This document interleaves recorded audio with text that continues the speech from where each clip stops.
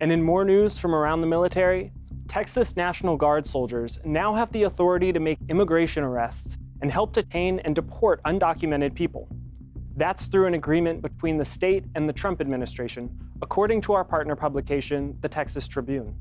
A social media post by Texas Governor Greg Abbott said the deal was effective immediately and said the move boosted manpower for border security. The agreement requires the deputized guardsmen to be in touch about their activity with Customs and Border Protection, according to media reports. Texas has recently given enforcement powers to various agencies in the broader effort to secure the border, and recently sent 400 Texas National Guard troops to the Rio Grande. And across the Atlantic, NATO's top officials this week met amidst the early days of the Trump presidency and addressed some of the early topics the president has raised about working with the alliance. Officials talked about raising defense spending and securing regions in the Arctic, two hot topics for President Trump. To ramp up defense spending, we have to ramp up defense production.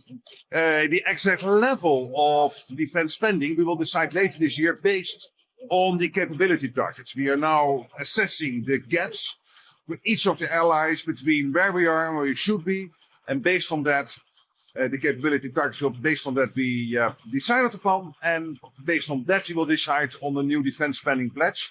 But it will be considerably higher than 2%, I can assure. We have very good discussions with Denmark and, of course, with other allies. And it's absolutely clear that Trump is right when it comes to the High North, that we have to do more there collectively. That is not only about Greenland, it's also Iceland and Norway and Finland and Sweden and Canada and even the US itself. So we will work together within NATO to make sure that where it comes to the High North, collectively, we will do what is necessary.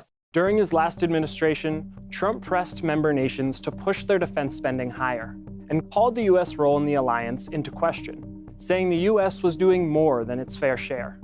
That kind of posture and the president's recent comments on levying tariffs on European nations appeared to be on leaders' minds in press appearances. On the defense industry side of the House, the Netherlands has inked a deal to buy new anti-drone cannons to the tune of $1.35 billion. The country plans to buy 22 Skyranger mobile air defense cannons from Germany's Rheinmetall to protect ground troops against the increased threat of drones, according to the Dutch Ministry of Defense.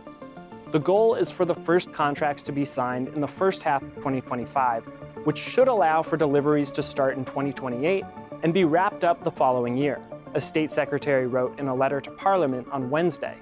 The budget covers the acquisition price as well as ammunition, operating costs over the weapon's lifetime, and a risk reserve.